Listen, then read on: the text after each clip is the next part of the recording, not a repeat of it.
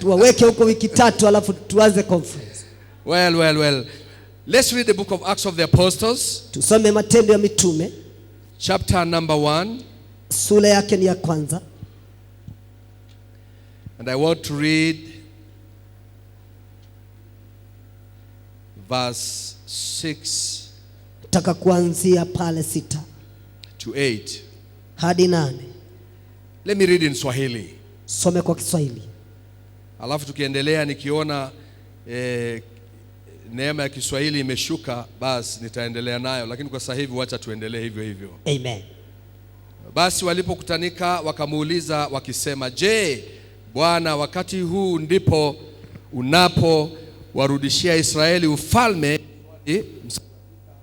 Unasema akawaambia, "Si kazi yenu kujua nyakati wala majira Baba aliyoiweka katika mamlaka yake mwenyewe." Mstari wa 8 napenda sana, hapo ndipo nitahubiri sana, lakini nguvu akiisha juu yenu Roho Mtakatifu, nanyi mtakuwa shahidi wangu katika Yerusalemu na katika Uyahudi wote na Samaria na hata mwisho wa nchi. I want us to pray. Father, we thank you for this word. Amen. You have already ministered to me, and this word has revisionalized my life, and you have spoken to me directly using this scripture. And that's why you have given me the burden to share the same this afternoon to these dear ones. And therefore I pray that the Holy Spirit of the living God, the Holy Spirit of the living God, who is the main teacher, who understands us better than any man, Amen. You will use me to speak this word forth for the glory of your holy name. Amen. I welcome you. May your presence be real this afternoon in this place. Thank you, dear Father. Thank you. I give you the glory and the honor, Amen. and the majesty. Yes. In Jesus' name I pray, amen. Amen. Can you say amen? Sema amen. Make it a little bit louder. Say amen. Sema kwa nguvu amen. You know, Pentecostal preachers like noise. Unajua wahubiri wa Kipentekosto wanapenda kelele. And not only the preachers, all of us, you know, we know we have the revelation inside. Within the noise, the holy noise, something happens in the spiritual realm and even in our lives. Sio tu kwa ubiri, na pia ndani yetu katika ile kelele ya Roho Mtakatifu kuna jambo linatendeka katika maisha yetu. Just as I introduce this message, vile ambavyo nitakavyotambulisha ujumbe huu. Again, if you go writing, if you go to the book of Psalms 50 verse number 5, 50 verse number 5, kiingia pia katika kitabu cha Zaburi 50 mstari wa 5, the Bible says, Biblia inasema, "Nikusanyieni wacha Mungu waliofanya agano nami kwa dhabihu, na mbingu zitatangaza haki yake, kwa maana Mungu ndiye aliye hakimu." He says, "Call unto me a holy assembly." Niitieni kongamano takatifu. Call the people who are joined to me through a covenant. Ita watu ambao wameungana nami katika agano. And when they gather like the way you are gathering right now, kati ambapo wameunganika kama vile tumeunganika, let heaven declare their inheritance. Acha mbingu itangaze urithi wao. And that's why we call people into a meeting like this. Posa ndo tuwaita watu katika kongamano kama hili. We use a lot of resources. Tunatumia fedha nyingi To call the gathering of saints to come together. Kuita kongamano la wateule waunganike pamoja. With the sole purpose of preparing them because of the great work that God has placed before us. Kusudi kubwa ni kuwaandaa kwa sababu ya majukumu makuu ambayo Mungu ameweka mbele yao. I believe this is the charging station where you are recharged, you become powerful once again. Ninaamini ya kwamba hapa ni mahali ambapo unatiwa nguvu ili uwe na nguvu ya kuendelea. And after coming out of this conference, na baada ya kutoka kwenye kongamano hili, the world will be very small for us.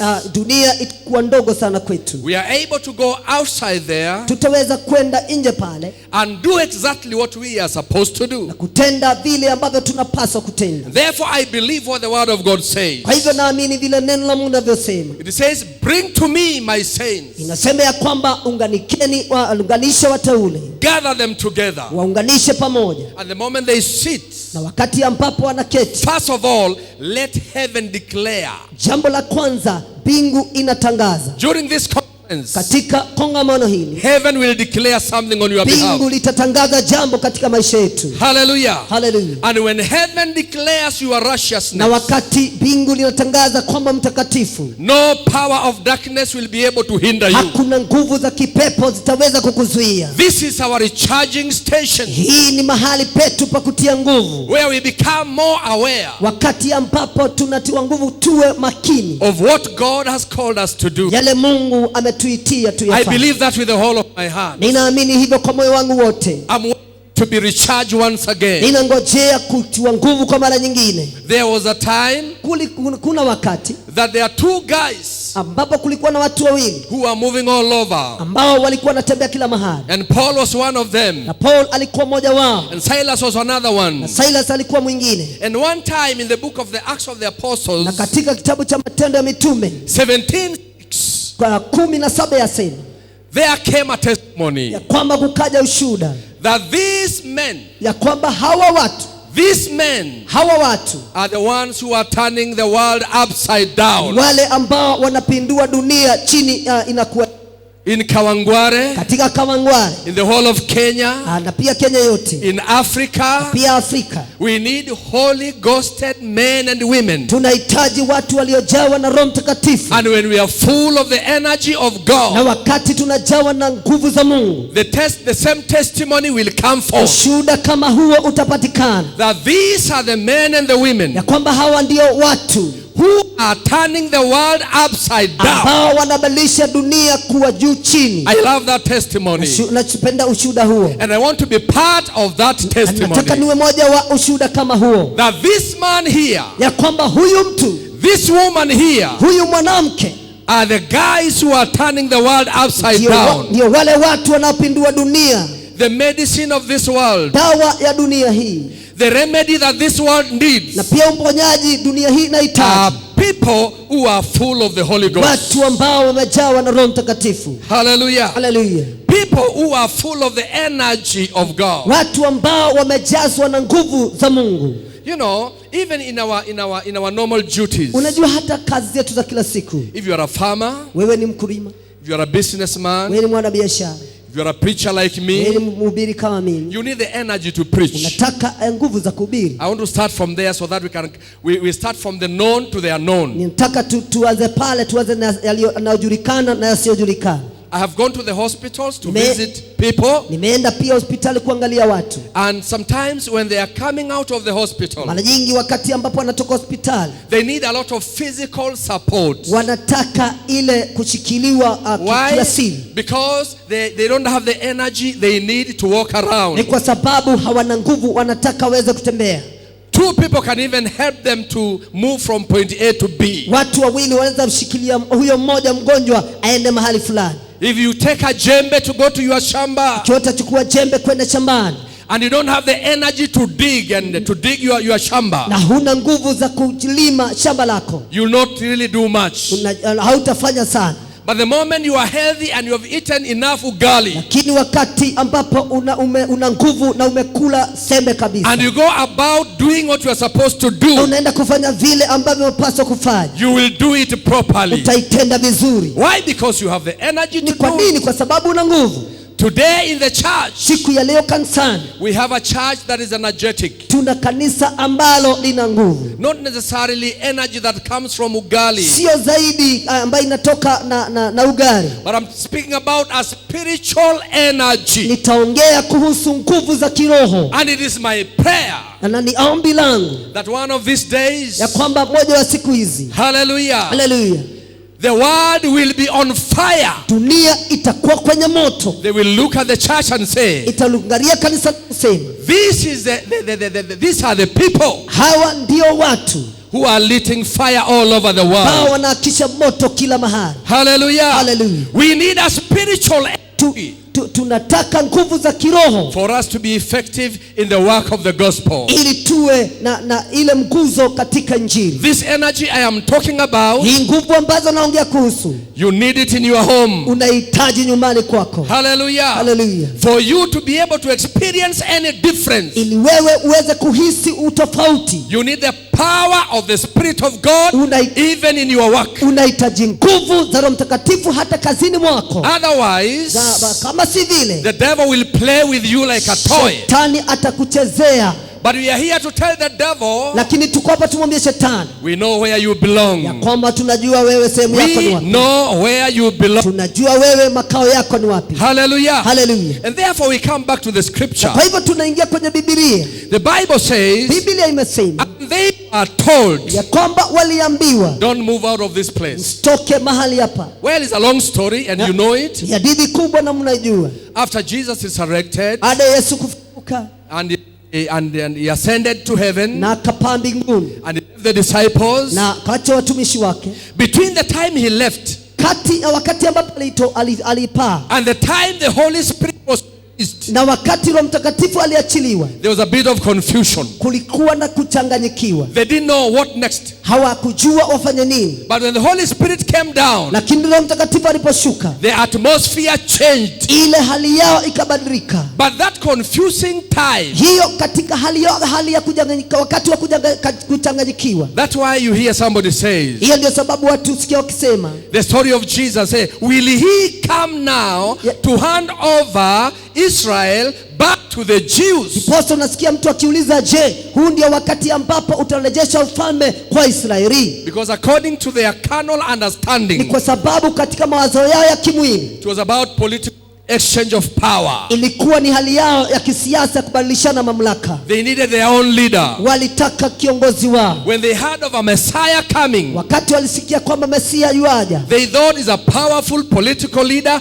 who will conquer the Romans walijua kwamba ni mwanasiasa aliye na nguvu atakayeshinda Warumi and hand over their land to the owners. na kupeana mashamba yao kwa wenyewe. It was not to be so. Haikuwa iwe vile. It was a spiritual thing. Ilikuwa ni mambo ya kiroho And they could not understand it. na hawakuielewa, But God knew that. lakini Mungu alijua vile. If you are carnal, you cannot understand that transition of power. Kama wewe ni wa kimwili, hauwezi kujua uhamisho huo wa kiroho. And the statement comes. Listen to me. Sikiza hii. Say, tarry here.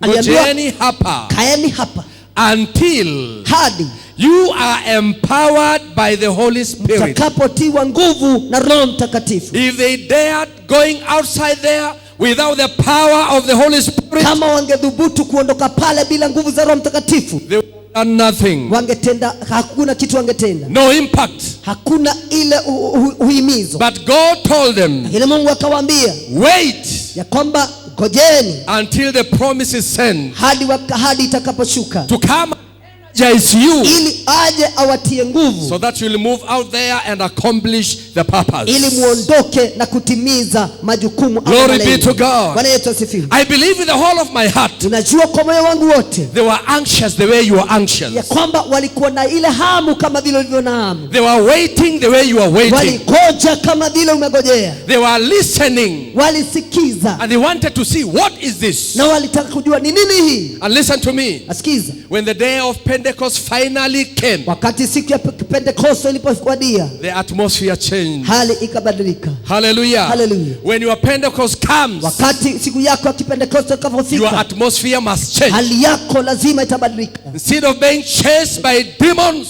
Utakuwa kufukuza mapepo or the devil, ama shetani, you become a devil chaser. unakuwa wa kumfukuzaji wa shetani. Are you listening to me? Unanisikiza? Instead of hearing the voice from hell, Unaposikia sauti kutoka kuzimu interfering with your livelihood, ikija kuingilia maisha yako, your voice sauti yako will become so powerful itakuwa na nguvu sana, that every demon around you, ya kwamba pepo yote kando yako, they will know there is somebody around who is energized. itajua kwamba kuna mtu aliye na nguvu mahali. I have come to tell you this afternoon, nimekuja kuambia jioni ya leo, heaven is going to open ya kwamba mbingu itafunguka and give us the energy we need, na kutupa nguvu tunazohitaji. These are the guys hawa ndio watu who are turning the world upside down. wanabadilisha dunia. Glory be to God. Watu wasifiwe. The Bible says, Biblia yasema, call unto me niiteni people watu who are mine, ambao wanania ni wangu, watu wangu, watu wangu ambao wamefanyika wangu kwa sababu ya agano. Amen. Ama niendelee na Kiswahili? Ndugu amefanya kazi mzuri sana. Hebu acha niendelee na Kiswahili. Mungu akubariki sana. And by the way, sijamwambia akae kwa sababu amefanya kazi mbaya. Unasikia? Kiswahili yake ni nzuri kuliko yangu. Ni kweli? Umemsikia akisema? Ni kwa sababu nasikia niendelee na hiyo Kiswahili kidogo. Sawa Biblia inasema, basi watu wangu, wakusanyeni watu wangu ambao wamefanyika wangu kwa ajili ya agano. Kapokusanyika, wacha mbingu itangaze haki yao. Unajua mara nyingi tunanyang'anywa haki kwa sababu hatujielewi. Lakini Mungu kifungua masikio yetu tujielewe sisi ni kina nani, na tusikie Mungu mwenyewe, na kuambia hakuna atakaye kupokonya urithi wako. Lazima iachiliwe kwa sababu tayari umeshafahamu. Mzungu anasema knowledge is power, na mimi nakubaliana naye. Utakapopata maarifa, basi una uwezo, amen, wa kujitetea katika maisha haya. Bwana Yesu asifiwe. Watu wangu ambao wamefanyika wangu kwa ajili ya agano. Mimi nikiangalia sura ya kila mtu hapa, haiwezekani mtu ambaye hana agano na Mungu aje kongamano kama hili, masaa kama haya, aache kazi yake kama hana agano na Mungu. Lazima kuna kitu unangojea Mungu akupatie. Na mimi nakuhakikishia Mungu wetu ni mwaminifu. Haleluya. Lazima haki yetu irejeshwe. Bwana asifiwe sana. Kitabu cha Methali 30:31 inasema, kama adui ameiba na tugundue kwamba ni mwizi, itarejeshwa mara 7. Wacha Mungu akurejeshe kile ambacho adui amechukua kwa jina la Yesu, kwa sababu sisi ni kusanyiko la watakatifu. Bwana Yesu asifiwe sana. Basi tuendelee. Biblia inasema msitoke hapa. Hiyo ndio siri. Na mimi kama ni mimi wewe, ningesema kwa kongamano hii, kile ambacho ilinitoa mahali nimetoka mpaka nikasimamisha mambo mengi nije hapa, sintatoka mpaka Mungu afanye hicho ambacho alikusudia katika maisha yangu. Unajua, nimeshangaa mambo ya Mungu inategemea na vile unavyojiweka na kukiri kwako. Amen. Wakati mwingine unajijaza. Unanielewa unajijaza. Unasema no, my position is here and nobody can take my position. Hata kama huelewi mambo mengi, na Mungu anaheshimu hiyo, kwa sababu ni tendo la imani. Bwana Yesu asifiwe. Basi nasema hivi ya kwamba walipoambiwa wasitoke pale, Mungu alikuwa na sababu maalum. Nikurudishe nyuma kidogo. Maana katika mazingara hayo ilikuwa ni dini tu ambayo ilijulikana ni dini ya Wayahudi, Judaism. Sawa? Judaism, wale wana theolojia. Ilijulikana ya kwamba ni dini ya Kiyahudi ambayo haitoki kwa mipaka ya kule Israel, hata haitoki Yerusalemu, maana ilianzia pale. Kwa hivyo ndivyo waliichukua wale, kwamba ni dini tu ambayo kuna watu wachache wameamini imani hiyo. Kwa hivyo wako hapa tu.